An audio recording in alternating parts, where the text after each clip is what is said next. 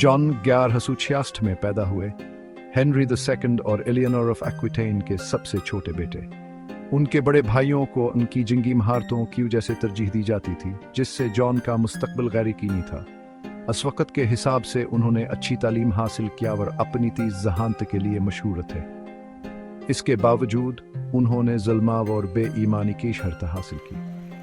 जब 1181 में उनके वालिद का इंतकाल हुआ तो जॉन के भाई रिचर्ड I, जिन्हें लायन हार्ट भी कहा जाता है, तख्त पर बैठे।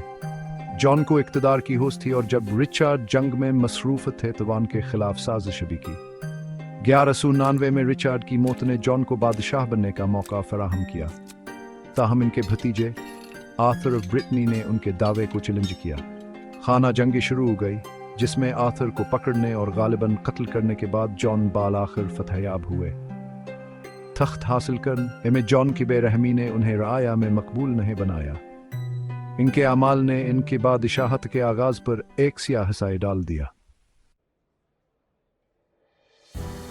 जॉन की बादशाहत तनाज़े और अदमा इस्तेहकाम से इबारत थी। उन्हें फ्रांस के फिलिप II से मुसलसल चैलेंजों का सामना करना पड़ा। जॉन ने नॉर्मंडी और देगर फ्रांसीसी इलाकों पर अपना कंट्रोल खो दिया, जो अंग्रेज युकार के लिए एक तबाह कन धचका था। अपनी जंगों के लिए फंड इकट्ठा करने के लिए जॉन ने अपने जागीरदारों और चर्च पर भारी टैक्स आयद किए। उसने उन्हें इंग्लैंड के अंदर ताकतवर धड़ों से मजीद दौड़ कर दिया। इन कादूर हुकूमत तेजी से आमराना होता गया, जिसकी खुसूसियत मनमानी गिरफ्तारियाँ और जायदाद की जब्तगी थी। 1215 तक इंग्लैंड बगावत के दहाने पर था। जॉन के इक़दामात से मुश्तल होकर जागीरदारों ने बगावत कर दी।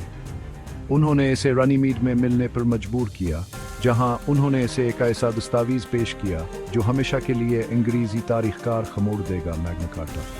अज़ीम चार्टर ने बादशाह की ताकत को महदूद कर दिया और आज़ाद लोगों को कुछ हकूक़ की ज़मानत दी। इसने यह असूल कायम किया कि बादशाह भी कानून के ताबा है।